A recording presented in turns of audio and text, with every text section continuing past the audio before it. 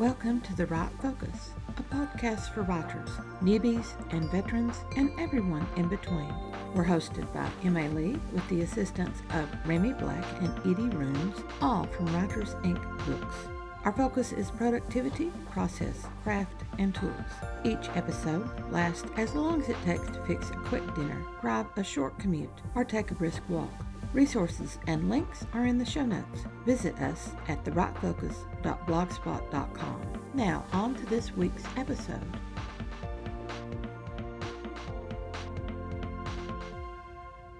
When we study many character analyses, we're often left with the sense that these discussed protagonists and antagonists are masculine rather than feminine. In this episode, we'll look specifically at women in the leadership position, positive forms as well as negative forms. Women can burn brightly, creating light for everyone, or they can burn themselves up when they fall prey to the worst inside themselves. We're looking at women as primary characters, from ancient days to the present. You may wish to reference our previous episode on 4 types of leaders, alpha, beta, gamma, delta.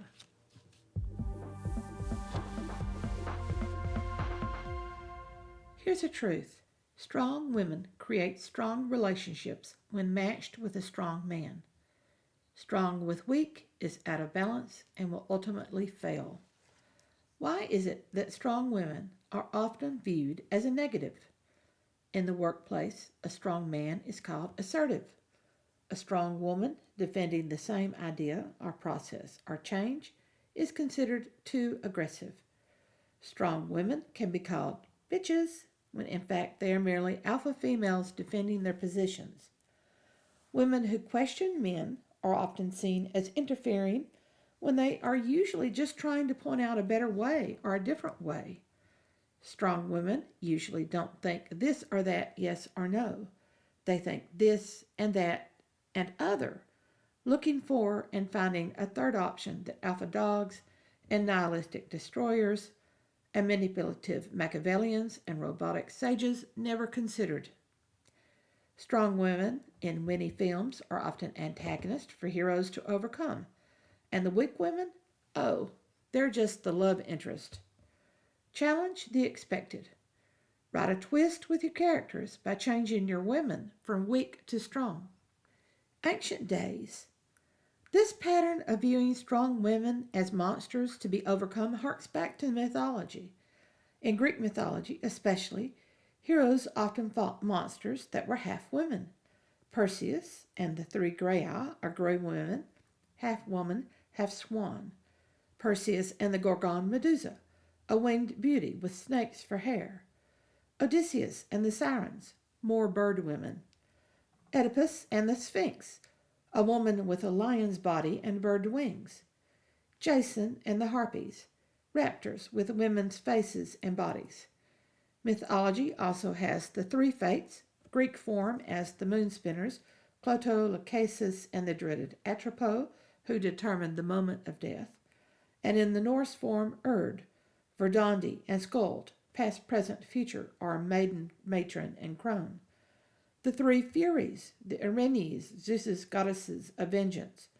Nemesis, the goddess of divine retribution. Memory and justice are both women in Greek myth. Don't cross them. Medea, one of the truly horrific women in all of literature. And Signy of Norse mythology, who is scary in her vengeance. The ancients understood much about women.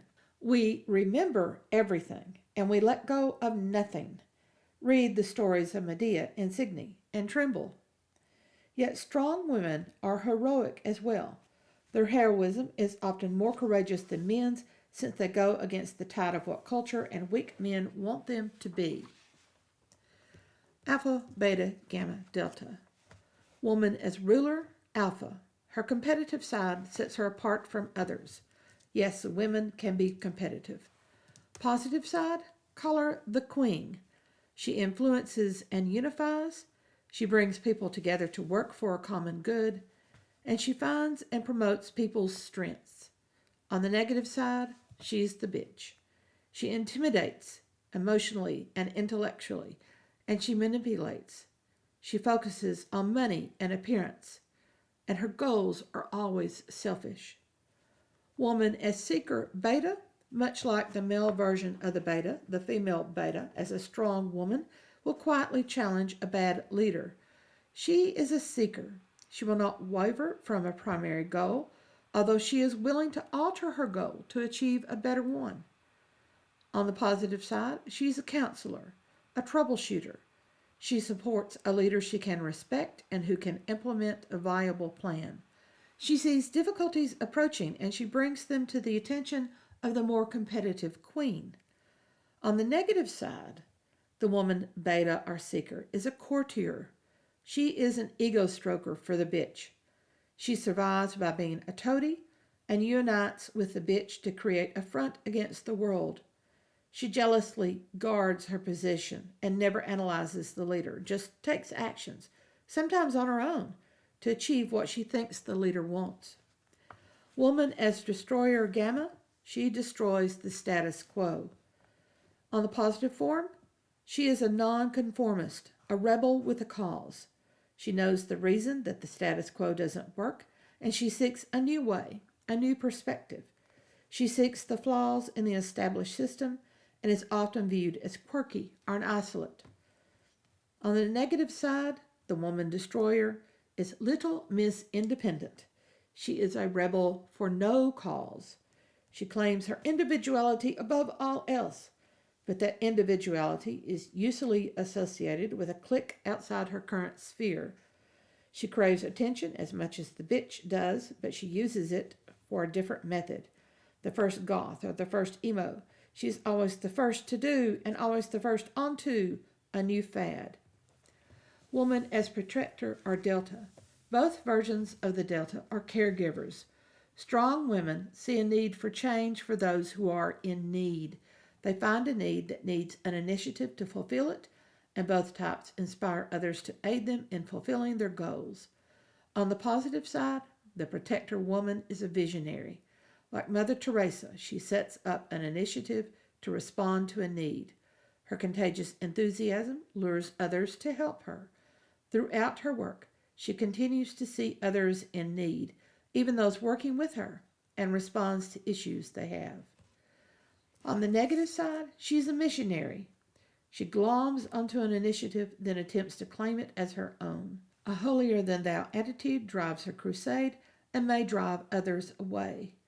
Whether crusading for medical marijuana or the local angel food drive, she either manipulates through guilt or she actively orders others to help. A woman's conflict, whichever one she is, alpha, beta, gamma, delta, is a metaphorical competitive hero against the monster. Her monster might be domestic abuse or the repression of a totalitarian patriarchal society. Her conflict, as with any heroes, remains one of the individual against community or society, the self against the group, identity against the collective thought. Her weaknesses are similar, just cast in different concepts. An ancient hero like Theseus might struggle against a minotaur. An ancient heroine like Medea might struggle against a foreign culture embodied in her husband Jason that views her as less and wishes to cast her aside. A modern hero might struggle against a corporation that stole his invention, as in Flash of Genius, the 2008 film directed by Mark Abraham. A modern heroine will struggle against a corporation destroying a community's environment while also challenging mores of a woman's image in society, as in Erin Brockovich, the 2000 film directed by Steve Soderbergh. The patterns remain the same. The archetypal journey propels the hero and the heroine to godlike status. Apotheosis is the big word. That transformation might also be coercion, as sometimes the protagonist is pulled and pushed into the journey. In broad strokes, the transforming journey of the hero and the heroine are the same pattern. Genetic wiring in strong women. While all humans are wired for curiosity and amiability, women have additional wires, two of which are paired yet vastly different. And yes, both males and females have these wires, just not as strongly.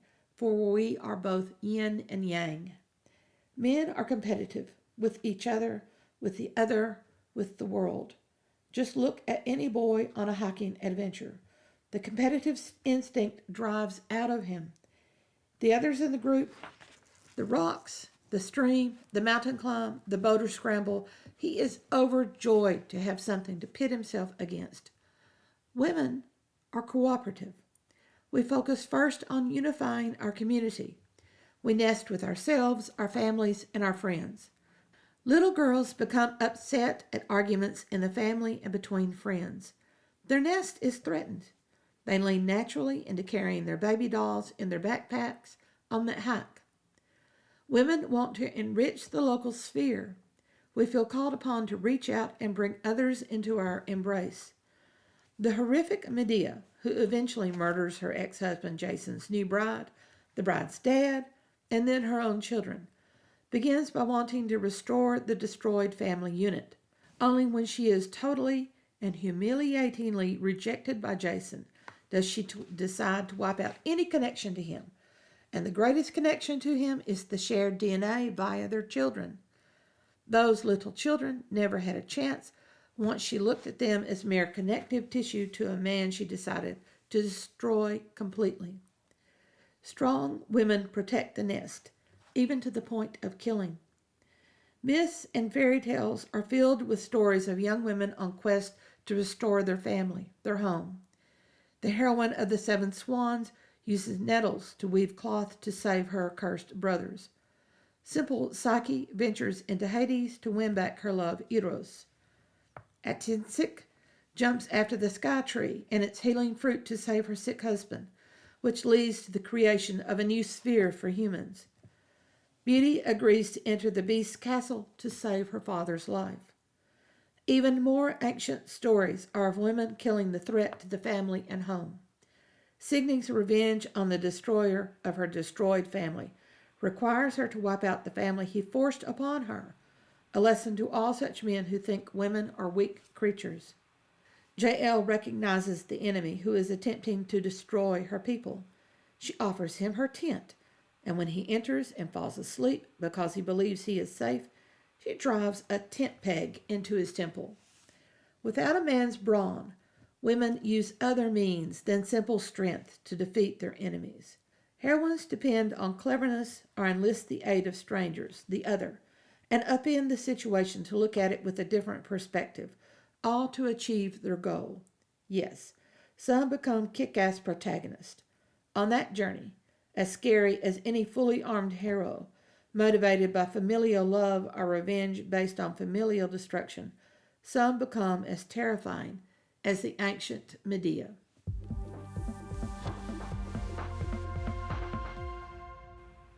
The Right Focus is currently in the series all about characters, from building and presenting a character to relationships, leadership styles, team roles, and special touches for characters. Avoid creating characters who are stereotypes. Reveal their public and private interiors. Focus on couples, mentors, enemies, and much, much more. The information comes from M.A. Lee's guidebook, Discovering Characters, part of the Discovering series on the writing craft. Link to the guidebooks are in the show notes. Thanks for listening to The Right Focus, a podcast for writers at all levels, hosted by M.A. Lee from Writers Inc. Books, assisted by Remy Black and Edie Runes. Our focus is productivity, process, craft, and tools. Music is licensed through Audio Jungle, called Background Music Loop. Its creator is Alexander Polishchuk, known on Audio Jungle as Plastic 3. The music comes in different iterations. Show notes and resource links for this and other episodes can be found at therightfocus.blogspot.com. Write to us at winkbooks@aol.com when you have questions, comments, and speculations. We will try to answer you as quickly as possible. By the way, we will not mind your email address. That's rude. If you find value in our content, share with your writing friends or write a review. We're small beans here without the advertising budget of the big peeps, and you can make a difference. And whatever occurs, write on. Welcome to The Right Focus, a podcast for writers.